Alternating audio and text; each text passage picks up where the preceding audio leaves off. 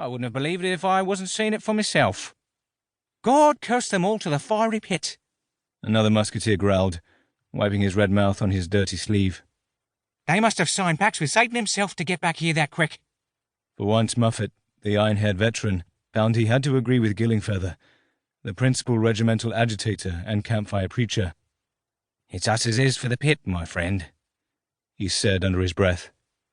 The isolated regiments stood like forgotten monuments on the wind-blown plateau, a shuffling stone hedge of green and red coats.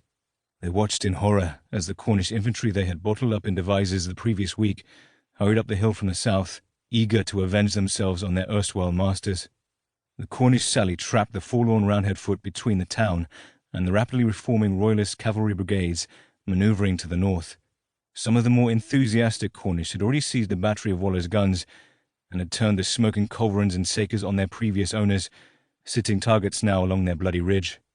Here and there, individuals and small groups tried to escape, dashing for the cover of some hidden gully or chalky cliff. They were pursued by Royalist dragoons on dusty nags, firing from the saddle like hunters after wounded game. The dumbstruck soldiers bickered over what could have gone wrong. Most blamed the Earl of Essex for allowing the Royalists the time to organise the unexpected relief column. The lacklustre Earl commanded the main parliamentarian field army based on Reading. How had he come to allow 3,000 enemy cavalry to ride away right under his nose? The cursing troops watched their mortified commanders spur away from the stricken field, taking what little was left of their honour and pride with them. Fuck only knows how they did it, but they're here all right, was Longcole's phlegmy assessment of the situation. He spat into the trampled grass. I don't like the look of this now, Cole, the young musketeer muttered, watching the enemy forces pulsing out of the town and over the downs. I don't like the look of this one bit. No drum, no bugle, no bawled orders.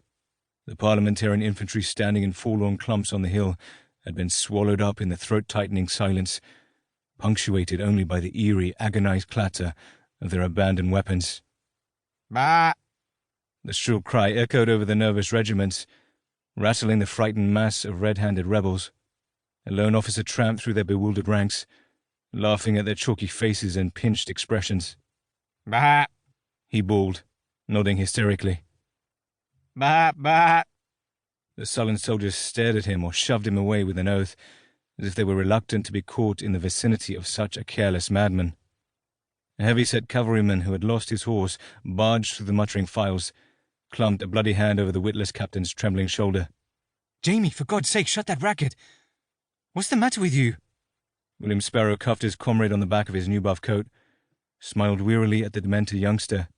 He had known Jamie Morrison since boyhood, a sickly youth who his merchant father had practically press-ganged into the militia, frog-marched up to Bristol from his home in the hills.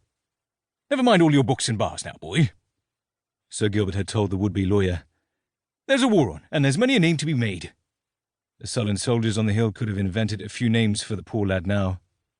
He's lost his head, that's what, the elderly pikeman commented, serenely puffing on his pipe as if he was on guard duty behind Bristol's walls and not standing in a field surrounded by 6,000 of the king's best men. I've seen it afore. Will he be all right? William asked, blinking rapidly against the last rays of the sun. Who's to say? The pikeman asked, shrugging his shoulder and making his well-worn weapon twitch like a skeleton's arm. Bah! Jamie Morrison bawled. Bah! Bah! Bah!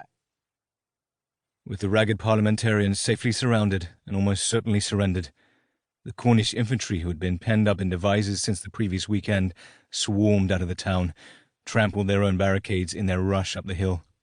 The bawling troopers brought the more belligerent citizens out of their cellars, and they joined the excited mob hurrying up the steep slopes to complete the encirclement of their desperate enemy. The sweating banshees in their patched coats and worn boots looked for all the world like the boarding parties of a pirate fleet, a bandit army vomited from the wild country away to the west. They fell gleefully on the dead and wounded littering the lower slopes, tore boots from cold feet and emptied purses into their dirty paws. They ransacked the abandoned camp, tore great oak wains into splinters to get their hands on the food and finery within. The ringleaders shoved their way into the mute mass of men on the crest, cursing them stupid in their own hellish dialects, hoarsely ordering the bewildered Roundheads to drop their redundant weapons. There were precious few parliamentarian field officers left to hold the sorry mob together now.